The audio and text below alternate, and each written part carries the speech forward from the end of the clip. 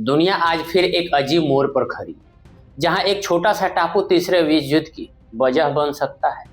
Trump की जो अभी जो हालात है, उसे लग रहा है कि अब तीसरा विश्व युद्ध हो करके ही मने। नाम है जिसका ग्रीनलैंड, उसको लेने के लिए ट्रंप ने जो पागलपन दिखाई है, बाप, उसका क्या ही जवाब है।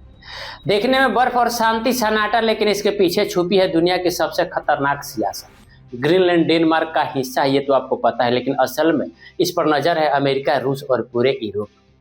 अमेरिका की सोच बिल्कुल साफ है, ग्रीनलैंड पर पकड़ मतलब आर्कटिक इलाके पर कंट्रोल, रूस पर सीधी नजर और आने वाले वक्त की ताकत। इसलिए कुछ साल पहले डोनाल्ड ट्रंप ने कहा था कि हम ग्रीनलैंड खरीद सकते हैं। आगे की रिपोर्ट में आपको बताएंगे कि आखिर ट्रंप ग्रीनलैंड को लेना क्यों चाहते हैं, लेकिन उससे पहले अगर आप चैनल को सब्सक्राइब नहीं किए हैं तो सब्सक्राइब कर लीजिए।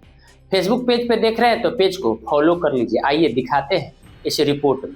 दुनिया आज फिर एक अजीब मोड़ पर खड़ी है, जहां एक छोटा सा टापू तीसरे विश्व युद्ध की वजह बन सकता है। नाम है ग्रीनलैंड। दिखने में बर्फ, शांति और सन्नाटा, लेकिन इसके पीछे छुपी है दुनिया की सबसे खतरनाक सियासत। ग्रीनलैंड डेनमार्क का हिस्सा है, लेकिन असल में इस पर नजर है अमेरिका, रूस और पूरे यूरोप की। अमेरिका की सोच बिल्कुल साफ है, ग्रीनलैंड पर पकड़ मतलब आर्कटिक इलाके पर कंट्रोल, रूस पर सीधी नजर और आने वाले वक्त की ताकत। इसलिए कुछ साल पहले डोनाल्ड ट्रंप ने कहा था हम ग्रीनलैंड खरीद सकते हैं। तब लोगों को ये मजाक लगा, लेकिन आज साफ है ये मजाक नहीं था, ये अमेरिका की प्लानिंग थी। अब समस्या यहीं से शुरू होती है। यूरोप, खासकर डेनमार्क और फ्रांस, अब अमेरिका को खुली छूट देने के मूड में नहीं है। यूरोप कहता है कि ग्रीनलैंड हमारी जमीन है, फैसला भी हमारा होगा। और यहीं से अमेरिका और यूरोप के रिश्तों में दरार दिखने लगी। जो नाटो कभी अमेरिका की ताकत था, आज वही नाटो अंदर से बढ़ता नजर आ रहा है। अमेरिका चाहता है हर बड़ा फैसला वही करे, जबकि यूरोप अब कह रहा है कि हम अपनी अलग फौज बनाएंगे, अपनी सुरक्षा खुद तय करेंगे। यानी अमेरिका और यूरोप एक ही खेमे में होकर भी दो अलग रास्ते पर चल पड़े हैं।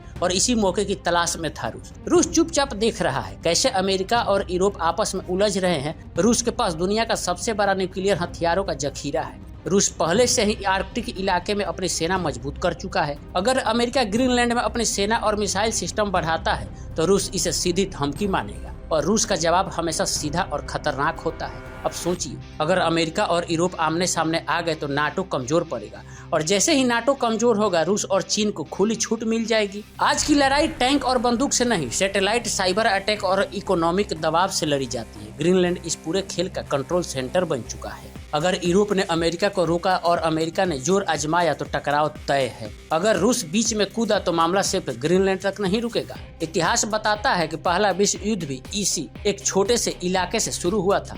दूसरा विश्व युद्ध भी ताकत और जमीन की लड़ाई से भरकर। तीसरा विश्व युद्ध संसाधनों, कंट्रोल और दबदबे की जंग होगा, और ग्रीनलैंड इस जंग की पहली चिंगारी बन सकता है। आज दुनिया शांत लगती है, लेकिन ये शांति नहीं, तूफान से पहले की खामोशी है। सवाल यही है, क्या अमेरिका और यूरोप वक्त रहते संभलेंगे, या फिर ग्रीनलैंड तीसरे विश्व युद्ध की शुरुआत बनेगा।